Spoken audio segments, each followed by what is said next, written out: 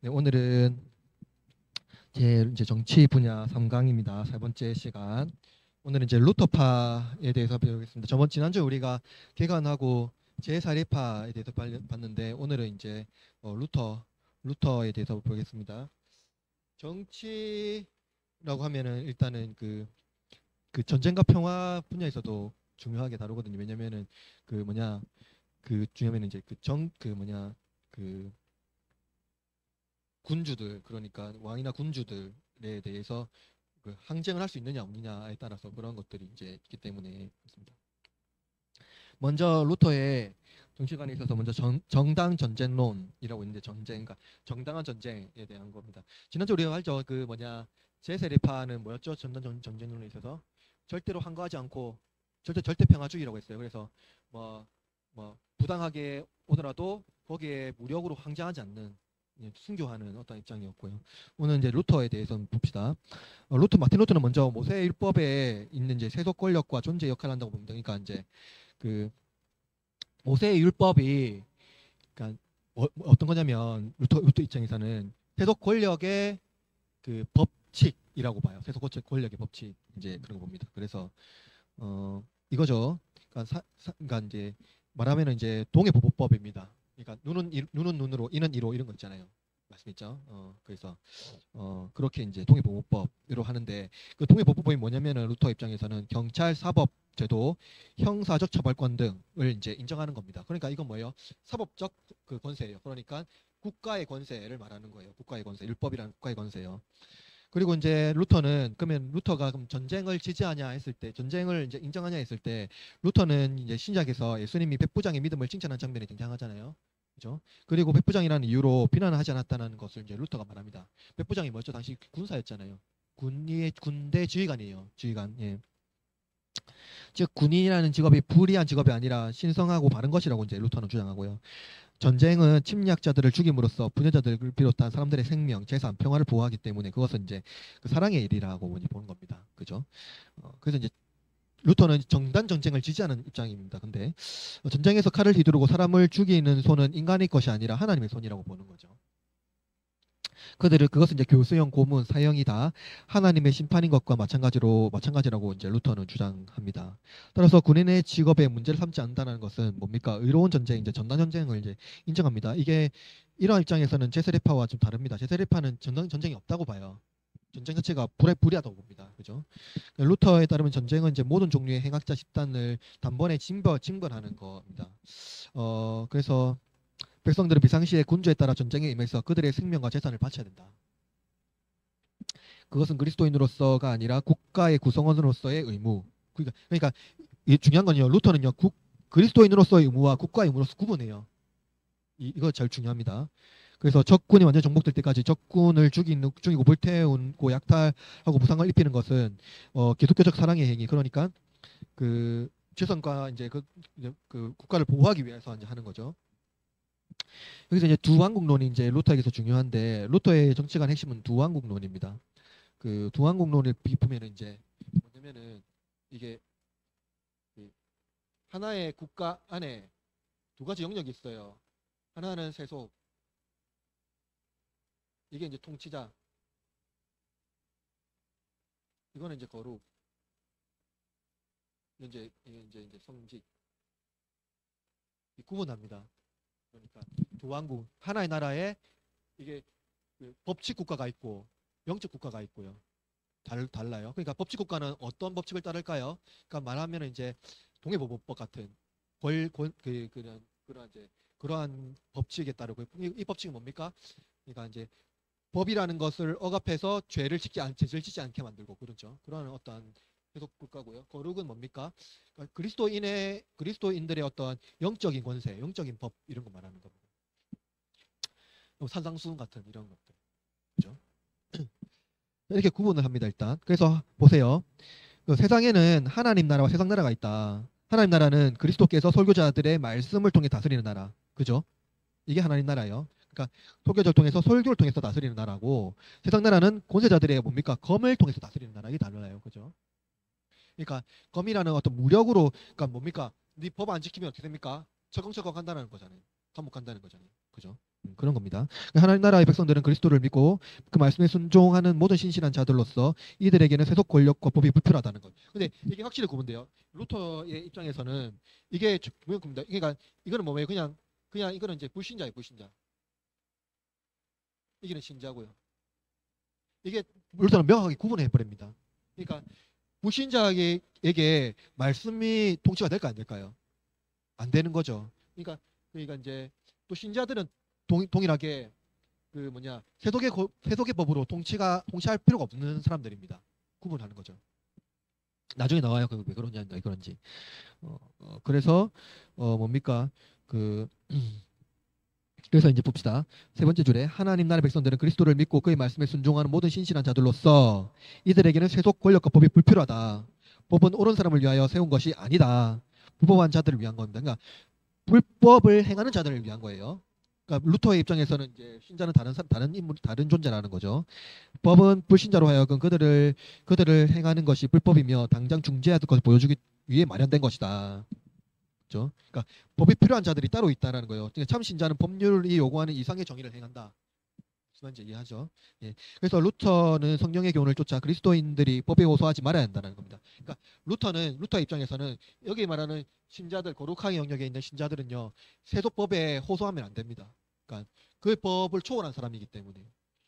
그러니까 세속법에 따라서 그 제한을 받을 그 존재가 아니기 때문에 말하는 거예요. 그래서 어 법은 이제 법은 불신자들 즉 세상 나라의 사람들을 위한 것이다. 그리스도인들은 자신의 일을 위해서 그것을 사용하지 말아야 한다. 그죠? 그 그리스도인들은 땅에 속한 문제에 대해서 무한정 양보하며 모든 불의를 참아야 하지 세속 법률에 호소해서 시시비비를 가려서는 안 됩니다. 신자들은 세상 사람들보다 더 높은 차원의 삶을 살아야 하기 때문입니다. 그러니까 루터에 봤을 때는 그러니까 세상의 법을 따르는 세상 사람들과 그리스도를 따르는 그리스도인과 명확하게 완전히 구분해 버리는 거예요. 그렇죠? 그러나 당시 루터의 두왕국론에 대한 반론이 이제 제기됐는데 뭐냐면은 세속 권력이나 법이 기독교인에게 불필요하다면 왜 바울은 로마서 13장 1절에 있는 각 사람 위에 있는 권세들에게 복종하라라고 말했을까요? 그죠? 그러니까 사실은 루터의 입장이면은 그 거룩에 있는 신자들은 세속 권력에 순종할 필요 없어요. 왜냐면 그걸 좀 초월했으니까요. 그러니까 그것을 따르지 않더라도 충분히 거룩한 삶을 살 수 있는 사람들이니까요. 근데 이걸 어떻게 하냐면 이제 루터는 이래요. 진실한 기독교인은 이웃을 위한 존재이다. 그렇기 때문에 이웃에 필요한 모든 것을 행한다. 이거죠. 이 사람은 이미 이 법을 초월했는데 이웃을 위한 존재이기 때문에 그냥 그것에 순응하는 사람들이다. 라는 겁니다. 그러니까 그 법을 안 따라도 되는데 이웃을 위해서 그 법을 따라주는 거예요. 그래서 이제 기독교인들도 세속 권세에 기꺼이 이제 그렇게 복종합니다. 그러니까 그 법을 이미 초월했기 때문에 사실은 그러니까 뭐예요? 일반적인 사법이나 형법에 대해서 그리스도인들이 거기에 종속되지 않는다라고 보는 거예요. 그러니까 너무 거룩하니까 이해되시죠 무슨 말인지. 그러니까 그런 법이 필요 없다라는 거죠. 이제 신자들에 있어서는 김루터를 봤을 때. 그러니까 이제 칼과 무력으로 다스리는 나라는 그냥 세속 나라이지 하나님 나라 그러니까 하나님 나라에서는 그게 필요가 없다. 선인이 보호받고 악인이 더 악해지지 않기 위해서 그리스도께서 세속 권세에 복종한다는 것을 말합니다. 그러나 루터가 종교 지도자의 권세에 대해서 권세 자체를 폐지해야 한다고 말하지는 않는데요. 루터는 일종의 긴장관계 속에서 모든 신자가 신분상 동등한다는 원칙과 기능상 구별을 말합니다. 이것은 뭐냐면 즉 목회자나 일반 성도 모두가 그리스도 안에 위아래 구별 없이 모두 동등한 기독교인이지만 기능상 은사와 재능, 전문적 능력이 있는 사람은 선택과 구별을 통해서 목회자로 세워진다고 말합니다. 그러니까 이제 그러면 이렇게 치면은 이제 목사의 권세도 없어지는 거죠 사실은 모든 것들이. 근데 기능과 그런 은사적 차원에서 그런 이제 질서는 필요하다라고 말하는 거예요. 목사는 말씀 사역자로서 부름을 받았으며 그들의 다스림은 하나님 말씀을 가르치는 것뿐입니다. 목사는 어떤 외적인 힘이 아니라 신앙으로 다스리기 때문에 말씀 외에는 그들을 다스릴 수 없다. 그러니까 명확하게 교회와 세속 국가를 구분하는 거예요. 이게 루터가 보는 두왕국론입니다. 이 두왕국론을 최초로 이제 말한 사람이 어거스틴인데 어거스틴하고 루터하고 비교하면 안 돼요. 너무 달라요. 또 두왕국론에서 루터는 참신자 외에 모든 사람들은 세상에 속한다고 규정해요.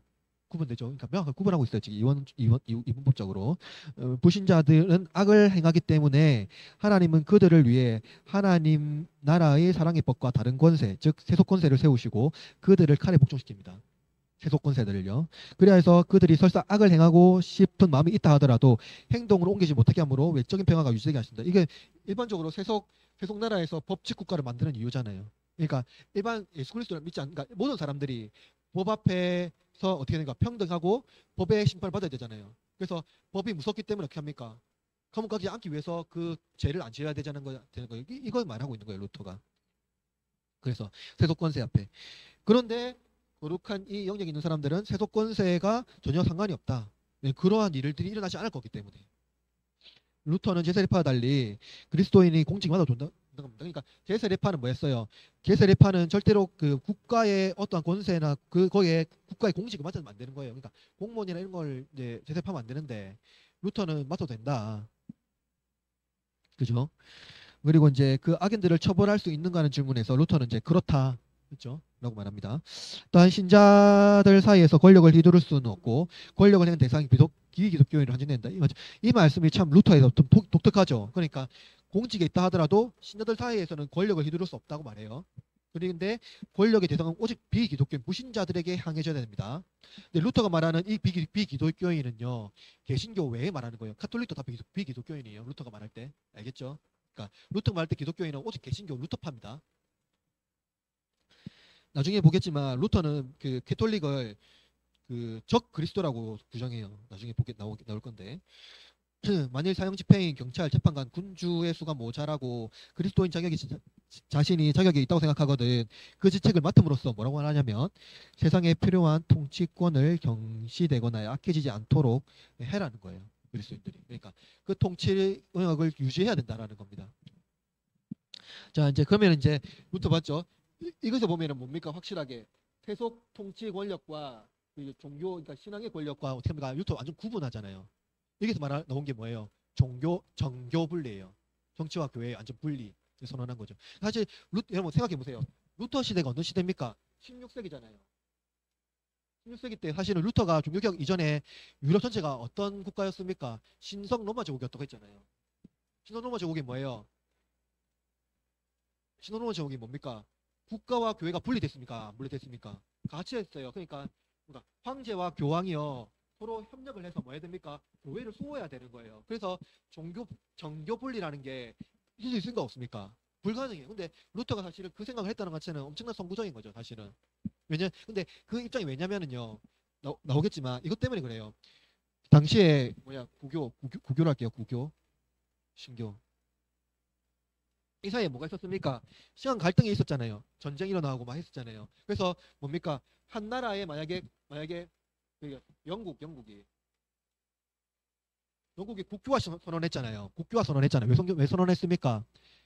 그 교황이 자신의 어떠한 요구를 안 들어줘서요. 국교화 선언한 건 이게 뭡니까? 루터가 왜 이렇게 하냐면요. 만약에 한 국가의 황제가 캐톨릭이면 그 국가는 뭡니까? 캐톨릭이에요. 한 국가의 그래서 이제 루터가 이거 말하는 겁니까? 국가의 통치와 상관없이 종교를 선택할 수 있다. 그게 뭐냐면은 종교의 자유를 말하는 거거든요. 그 앞장선 거죠 사실은. 그러니까 왜 그렇게 말하냐? 국가의 개입 없이 개신교를 선택한 게 지금은 캐톨릭 국가였으니까요. 그렇게 안 하면은 루터가 개혁 자체를 그러니까 일어날 수 없거든요. 그러니까 그러면서 굉장히 종교 개혁 이후에요. 유럽 사회가 굉장히 좀 급진적으로 막 변화가 많이 일어나요. 급진화되거든요. 그렇습니다. 그래서 이제 사실은 그렇고요.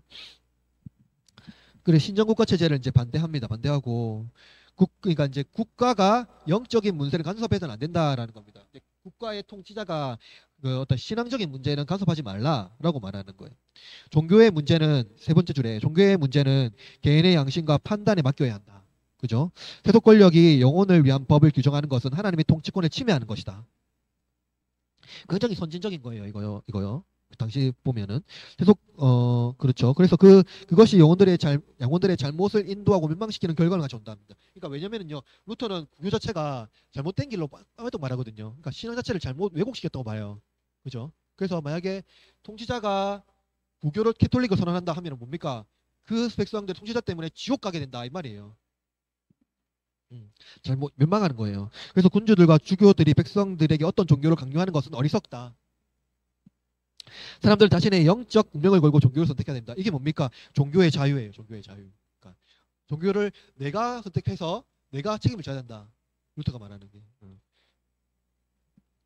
그래서 루터는 종교의 자유를 주장하고요. 물론 이때 당시 종교란 로마 교회와 루터 개신교밖에 없었어요. 국가가 백성이 무엇을 믿든 자유롭게 허락해야 한다고 말하는 겁니다.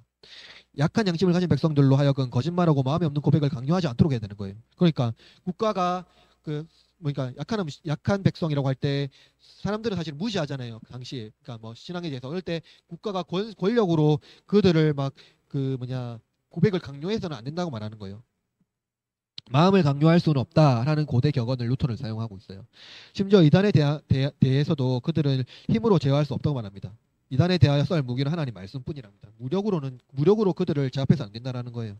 이 모든 것이 사실은 이 구교와 신교의 갈등 때문에 일어난 겁니다. 그래서 영혼을 다루는 신앙의 문제에 대해서는 황제는 아무런 권한이 없다. 루터는 세속 군주들에 대해서 대단히 부정적인 평가를 내리죠. 그러니까 세속 군주들에 대해서 대단히 부정적인 평가를 내립니다. 창세 이래로 지혜로운 군주는 보기 드문 보석과도 같고 정의로운 군주가 드물다. 그죠? 만일 어떤 군주가 지혜롭고 정의로우면 정의롭고 지혜로우며 그것이 또 기독교인이라면 그것은 뭡니까? 가장 큰 기적 중에 하나다. 그죠? 하나님께서 지상에 베푸신 가장 값진 은혜다. 그러니까 루터가 봤을 때 만약에 지상의 군주가 정말로 지혜롭고 정의롭고 게다가 기독교인이라면 그건 이제 보석이다. 하나님께서 우리에게 주신 너무나도 값진 은혜다 라고 말하는 거예요. 그리고 대개 그런 경우는 없다 라고 보는 게 루터의 입장입니다. 자, 그러면은 좀 봅시다. 그럼 루터가 그럼 어떻게 말하느냐 이렇게 구분했는데 위에 있는 권세에 대한 그 복종을 하잖아요. 복종. 그럼 어떻게 이 권세, 그러니까 이 위에 있는 권세에 대한 관계를 어떻게 할까 했을 때, 1521년 보름스 칙령이 있었어요. 그죠? 그때 이제 루터가 그 카를 5세 황제 신호로마 제국 카를 5세에게 나의 그 이때까지 문서라던가 고백을 철회할 수 없고 나는 그것이 나는 확실하다고 본다. 철회할 수 없다라고 말합니다. 그로부터 이제 1546년 슈말카트 전쟁의 반발 이르기까지 독일 개신교들은 카를 5세가 종교개혁의 뿌리를 뽑기 위해 물리적 수단을 동원할지 모른다는 끊임없이 위협에 속해 놓여 있었습니다. 그러니까 신성로마 제국이 그 당시 독일에 있는 모든 것들을 압제 억압해서 그 개신교를 몰아내고 캐톨릭은 이제 완전 이제 그 추구하려는 이게 보수하려는 그러한 움직임이 있었기 때문입니다. 그래서 그들은 개신교 군주들과 제국 도시들이 복음을 수호하기 위해 황제에게 저항하는 것이 합법적인가라는 질문을 가지게 됩니다. 당시 기독교인은 이게 세속 군주에게 저항할 수는 없었거든요. 위에 있는 권세에 대한 저항이 복음의 교훈과 양립될 수 있는가 하는 윤리적이고 신학적인 문제가 이제 일어난 겁니다. 윤리적이고 신학 문제. 그러니까 뭐예요? 그러니까 구약 성경에 보면 어떻게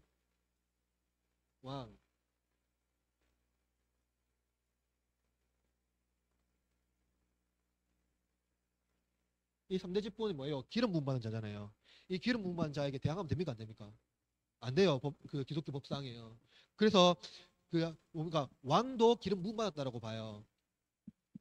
근데 사실은 세속 권력의 성경을 보면은요, 구약 성경은요, 하나님의 하나님이 통치 국가라고 볼 수 있거든요. 이스라엘은요. 그래서 세속 국가 모델로 보면 안 됩니다. 그리고 이것은 이미 예수 그리스도 안에서 끝났어요. 그죠? 예수 그리스도께서 오셔서 이 3대 직분을 다 이루셨거든요. 그래서 세속 국가의 왕권과 이런 것들을 혼돈하면 안 됩니다. 근데 사실은 왜냐면 로마 국가는 신정 국가였잖아요. 그러니까 그들이 말할 때는 로마 국가는 그냥 하나님의 도성이었어요. 하나님 국가였어요.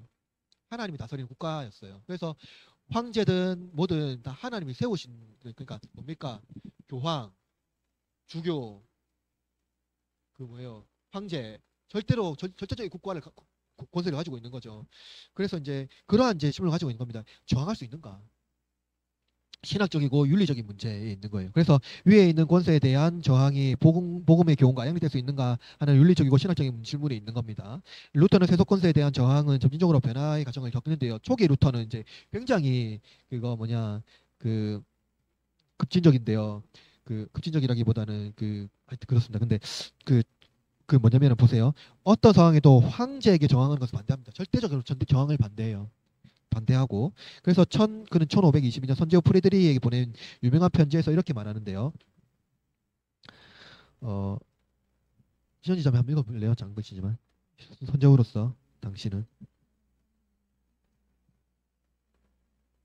읽으세요, 읽으세요.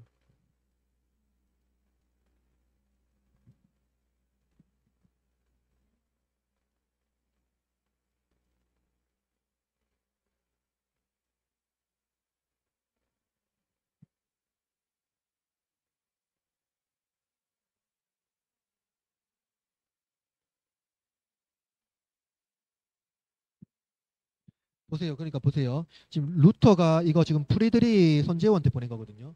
이 프리드리 선제후가 누구냐면 그 당시에 로마의 황제는 이제 선제후 7명이 세울 수가 있었다 했는데 그 중에 한 명이 프리드리인데 그 보름스 칙령에서 루터가 파문당해요. 파문당했다라는 것은 누구든지 루터를 체포해서 그 뭐냐 처형할 수 있다 이 말입니다. 근데 이 프리드리가 루터를 이제 그 피텐베르가 아니라 하여튼 그 성당의 그 성에 그 은신시키거든요. 그래서 구출을 합니다. 그리고 프리드리히하고 루터는요 막역한 사이거든요. 그리고 프리드리히 때문에 사실은 루터가 그 엄청난 권세에서 보호받을 수 있는 거예요. 근데 그럼에도 불구하고 루터가 프리드리한테 이 편지를 썼다라는 것은 굉장한 거죠. 계속 권리의 그 절대로 권세한테 만약에 나를 죽이더라도 그렇게 하면 안 된다. 이렇게 말하는 거예요. 심지어 폭군에 대해서도 루터는 저항을 인정하지 않습니다. 초기입니다. 그래서 따라서 폭군에 대한 통치라도 하더라도 억압을 참고 견디는 것이 뭐예요? 그리스도의 의무라는 거예요. 1530년에 쓴 편지에서 루터는 이렇게 주장합니다. 성경에 따르면 통치자가 의롭게 행하느냐 불의하게 행하느냐 상관없이 그리스도인이 되고자 하는 사람이 어떤 식으로든 자기 통치자에게 저항하는 것은 합당하지 않는 일이다. 오히려 그리스도인은 불의한 무력, 특히 자신의 통치자로 말미암아 고통을 뭐예요? 당해야 한다. 이렇게 말해요. 그러니까 고통을 당할지언정 한 거에서 그러니까 무력으로 한 거에서는 안 된다. 무력으로요. 1524년 독일에 있었던 농민 봉기가 있었는데요. 그때 이제 농민이 12조 선언을 이제 하는데요. 그 농민 봉기가 굉장히 유명한데 거기서 루터가요. 이 농민들의 입장에 섰을까요? 반대했었을까요? 예? 예, 정제했어요. 맞아요. 왜냐면은요, 농민들이요, 뭐 했습니까? 무력 항쟁을 했잖아요. 무력 항쟁을 했거든요. 누구에게요? 그 황제에게요. 무력 항쟁을 했어요. 그리고 농민들 사실은 이 황제 하면서 뭡니까? 종교적인 억압에 대해서 그 뭐냐 요구했거든요. 그러니까 이 농민들이요 루터한테 가서 우리의 입장을 대변해 달라라고 호소를 합니다만은 루터가 그 완전 철회합니다. 왜냐면은 통치자들의 악이 여러분의 무질서와 반역을 정당화하지 않는다라는 거예요. 그죠? 통치자가 아무리 악하게 그 통치를 하고 여러분을 억압하더라도 여러분이 반역하는 것이 정당하지 않다 하고 말하는 거예요. 루터 입장에서요.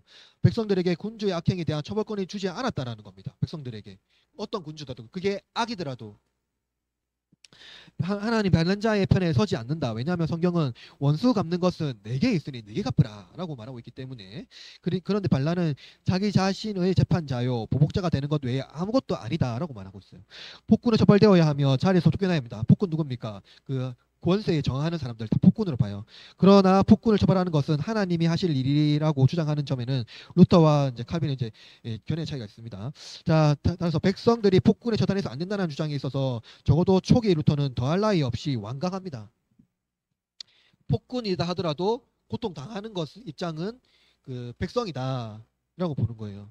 하나님께서 복음의 전파를 저해하고 백성들이 압제하고 세속군주를 보좌에 끌어내릴 수가 하나님께서는 있지만 그러나 백성들은 폭력으로 저항해서는 안 된다. 그를 심판하고 그 폭력을 끝낼 분은 오직 하나님뿐이다라고 말하는 겁니다. 왜냐하면 첫째 검을 든 자는 검으로 망한다는 말씀을 가르치는 바와 같이 폭력을 사용해서 권력을 탈취하기서는 안 된다 하는 거고요. 둘째, 악을 벌할 책임은 칼을 든 세속 통치자에게 있기 때문에 불의를 당하는 사람은 자신이 불의를 시정하려고 스스로 나서는 건 합당하지 않다. 맞죠? 여기 세속권세에서 칼로 통치하는데 그 통치하는 사람을 악을 통치하는 것은 오직 세속 군주에만 있다 하는 거예요. 그래서 그래서 이제 스스로 복수하려고 재판이 되는 것은 하나님 명령에 이제 대항하는 겁니다. 루터는 영적 자유는 이제 영혼에 관한 은밀한 은혜의 선물이지 외주 조건이 문제가 아니라는 겁니다. 외주 조건에서도 어떻게든 이제 은혜로 견뎌내야 된다 하는 거예요. 무력한 건 해서는 안 됩니다. 루터의 안 된다는 주장은 폭군들이 건드릴 수 있는 것은 영혼이 아니라 단지 재산, 탈취물, 신체뿐이라는 겁니다. 굉장히 그 뭐냐 영혼 그러니까 이제 지상적이고 굉장히 이제 그 뭐냐 좀 이상적이죠. 그러니까 그들이 폭군이 막 억압을 하는 것은 영혼의 문제가 아니라 실질적인 재산의 문제고 신체의 문제라는 거예요. 지금 이 땅에서 일어나는 문제요. 그래서 이것은 몸은 죽어도 영혼은 능히 주지 못한 자를 두려워하지 말고 오직 몸과 영혼을 능히 쪽에서 멸하시는 자를 두려워해라라는 마태복 말씀의 본문에 근거해서 루터가 그렇게 주장하는 겁니다. 루터는 농민들이 12조 선언에 대한 답의 이제 문에서 루터는 이제 농민들이 불공평을 면하기 위해 권력과 부를 원하고 있으나 그죠? 그러니까 이 말 잘 보세요. 농민들이 불공평을 면하기 위해서 권력과 부를 원하고 있다.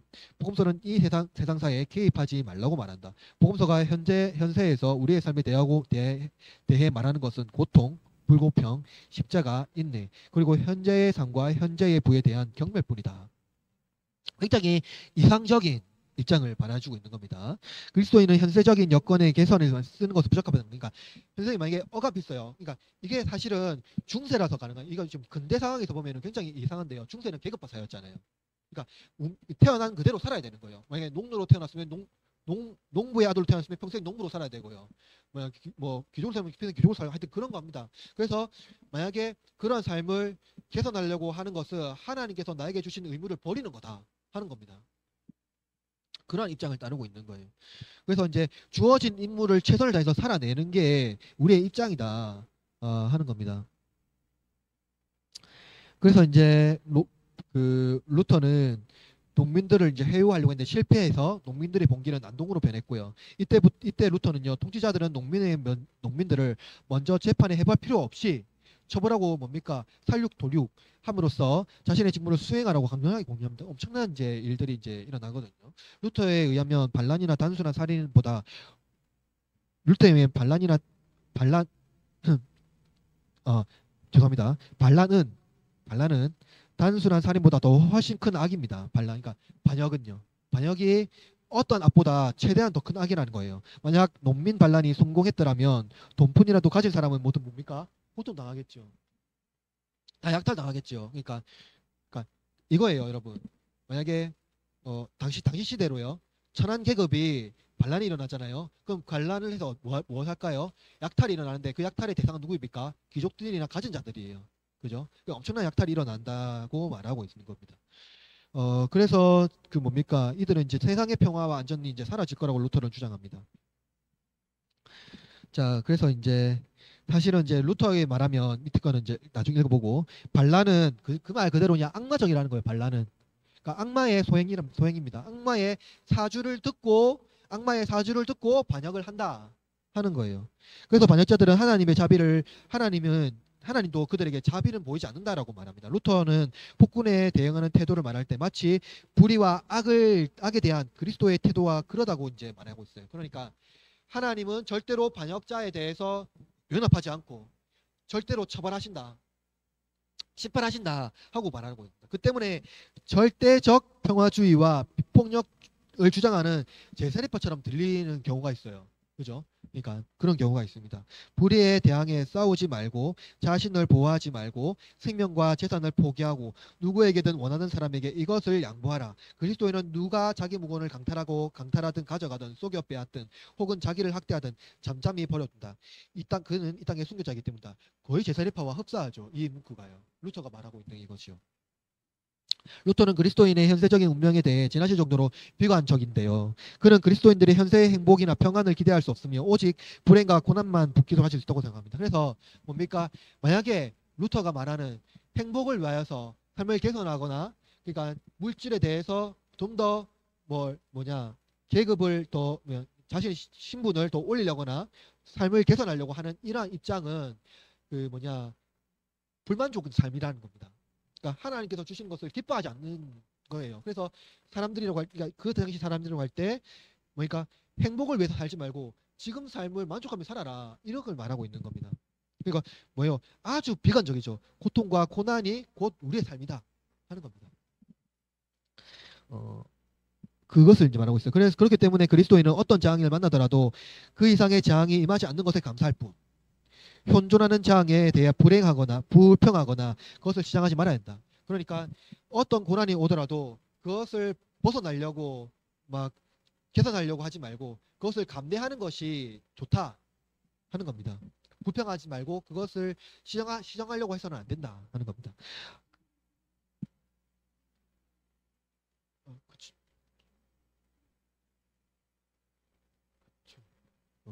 그래서 이제 사실 루터의 입장 때문에 나중에 이제 그 마르크스주의자들이 기독교를 이제 어떻게 보냐면 종교론은 아편이다라고 말하는 것도 있거든요. 하여튼 봅시다. 루터에 의하면 신앙 고백 외에 통치의 권력에 한가할 수는 없고요. 오직 말씀만으로 그들에 대항할 수 있으며 그 외에 그들의 아래에 있는 하나님의 섭리라고 말하고 있습니다.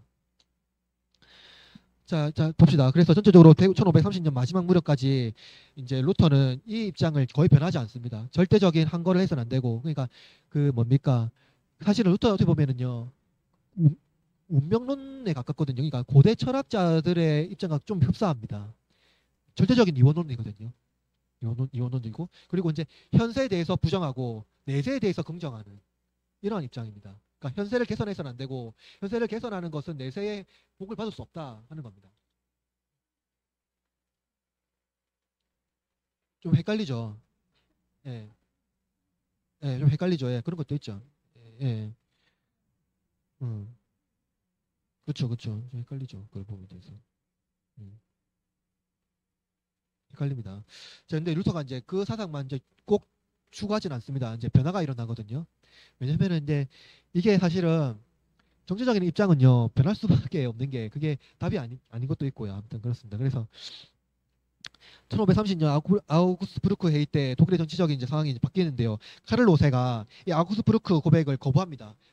아우구스부르크 이 고백이 뭐냐면요 종교의 자유가 있거든요. 그러니까 황제가 종교를 침탈해서는 안 되고 백성들의 종교를 이제 인정해줘야 한다. 아까 말했던 루터에. 근데 거기에 대해서 카를로 5세가 부정하면 어떻게 됩니까? 종교 전쟁이 일어나는 거예요. 그죠? 근데 그럼에도 불구하고 루터가 뭡니까?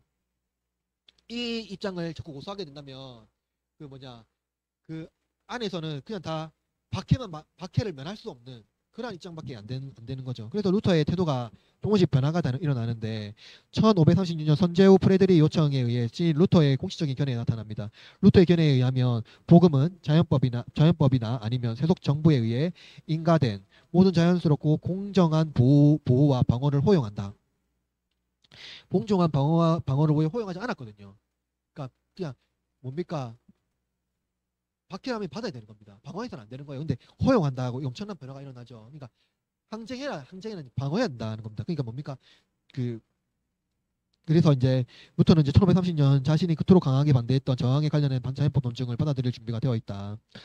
그래서 이제 불의한 힘에 대해서 그리스도인과 하나님에 대해 외적 예배를 보호하고 유지하는 것 각 군주의 임무라고 천명합니다. 그래야 군주들이 자기 영토 내에서 동급 위치에 있는 군주들뿐만 아니라 황제의 침공에 대하여 자신이 그리스도인 신빈을 보호함으로써 창 교리를 신고 지탱해야 하며 하나님은 우상 숭배자를 제거하고 경건한 그리스도인을 보호하는 자들 도우실 것이라고 말합니다. 왜냐면은요 이거예요. 루터의 입장이 뭐냐면은요 이 세속 통치자가요 누구의 사주를 받았냐고 말하냐면 바로 교황의 사주를 받았던 말하거든요. 그러니까 그러니까 만약에 세속 정부가 개신교를 보호하면 아무 상관없습니다. 루터의 입장에서는요. 근데 세속 정부가 뭘 가지고 있으면 카를 로세가 뭡니까?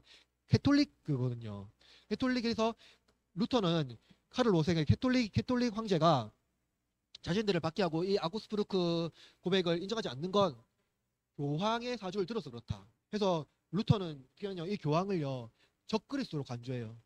그러니까 거의 악마로 간주하거든요. 보면은 봅시다.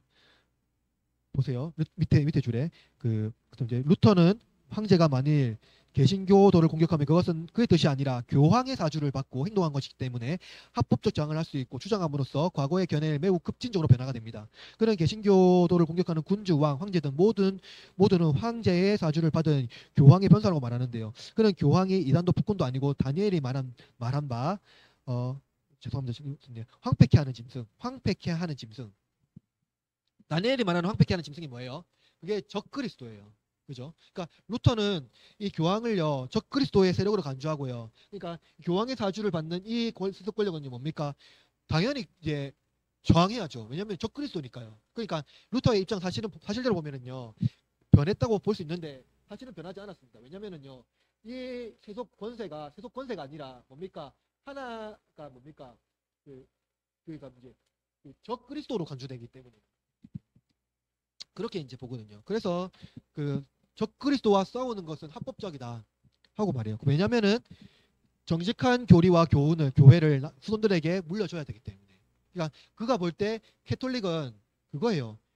그냥 이단이뿐만 아니라 적그리스도의 집단이기 때문에 그것을 이제 반대해야 된다라고 이제 루터는 보는 거죠. 자, 그러면 봅시다. 마지막으로 볼게요. 결론합시다. 자, 루터의 지금까지 본 입장에서는 뭡니까? 약점이 있을까요, 없을까요? 약점이 있어요. 첫 번째로 뭐냐면은 그런 현세와 내세 영적인 것과 육신적인 것을 극단적으로 이분합니다. 그죠? 그러니까 뭡니까? 우리가 이 땅에 살지만 이 땅에서 하나님의 섭리와 돌보심을 받아야 됩니까? 안 받아야 됩니까? 받아야 돼요. 이 땅에서도요. 그러니까 만약에 그러니까 이제 그 뭡니까? 루터의 입장에서는 이 땅에서는 그냥 철저한 그러니까 이것도 우리가 나그네로 살고 이방인으로 살아야 되지만 이 땅에서의 하나님께 주신 분명히 풍성한 복이 있거든요. 근데 루터는 그걸 다 거부합니다. 그러니까 그 복을 받으려고 해서는 안 되는 거죠. 그렇죠? 그러니까 우리는 어쨌든 삶의 갱신을 해야 되고 좀 더 행복을 추구하기 위해서 협력하고 도모하고 그렇게 살아내야 되잖아요. 어쨌든. 근데 그러한 그 삶의 추구를 이제 루터가 인정하지 않고 그냥 영적인 것만 이제 너무 강조를 하는 겁니다. 그 약점이 있고 둘째로는 이제 루터는 개인들 사이의 사서로운 관계에 있는 이제 상상설교의 교훈들을 너무 어떻게 합니까? 영적인 공적 연령까지 끌어들여서 폭군과 시민들 관계를 이제 무차별로 이제 적용합니다. 그러니까 뭐냐면은 그러니까 이제 신자들 있잖아요. 그러니까 루터가 뭐냐면은 상상 교훈의 이 가르침을 모든 영역에 그냥 포함시켜 버리는 거죠. 그게 뭐냐면은 세속 권세에서도 그리스도인은 상상순의 가르침 안에서 굴복돼야 되고 그 가르침 안에 있어야 된다 하는 것을 말해주고 있습니다. 그러니까 어느 정도 그 교훈과 사이에 협력 관계가 있어야 되는데 그냥 무차별적인 적용을 했다. 그래서 폭군과 시민들의 관계, 그죠? 그러니까 그러니까 예를 들어서 히틀러와 어떤 폭군 관계에서도 무차별적으로 상상수훈의 교훈들을 이제 종용시켜 버리는 겁니다. 첫째로는 루터는 이제 로마서 33장 1절에서 2절에 있는 말씀. 각 사람이 위에 있는 권세들에게 복종하라. 권세는 하나님부터 나지 않음이 없나니 모든 권세는 다 하나님께서 정하신 바라. 그러므로 권세를 거스르는 자는 하나님의 명을 거스름이니 거스르는 자는 심판을 자취하니라. 이에 있는 이 권세에 대한 순종의 명령을 기계적으로 받아들입니다.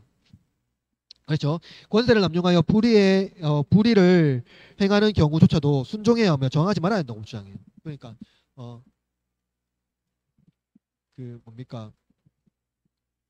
권세가 만약에 아주 불의하고 부당한 요구를 했을 때 거기에 대해서 항거하지 않고 저항하지 않아야 된다 하는 기계적인 어떠한 가르침이 가르침을 이제 말하고 있는 거죠. 그러니까 아주 기계적으로 그냥 적용해 버리는 겁니다. 적용해 버리는 거예요. 자, 위에 있는 권세에 의한 불의의 시정은 오직 하나님만 하라는 겁니다. 하나님만 하는 거. 사실은 이게 굉장히 이 맞는지 안 맞는지 어려운 문제가 있는데, 왜냐하면 영적인 전쟁은요, 영적인 무기에 의해서만 수행되어야지 어떤 물리적인 힘의 사용도 불가피하다는 절대적인 평화주의 입장이 이제 세례파의 분위기를 이제 자아내기도 하는데요.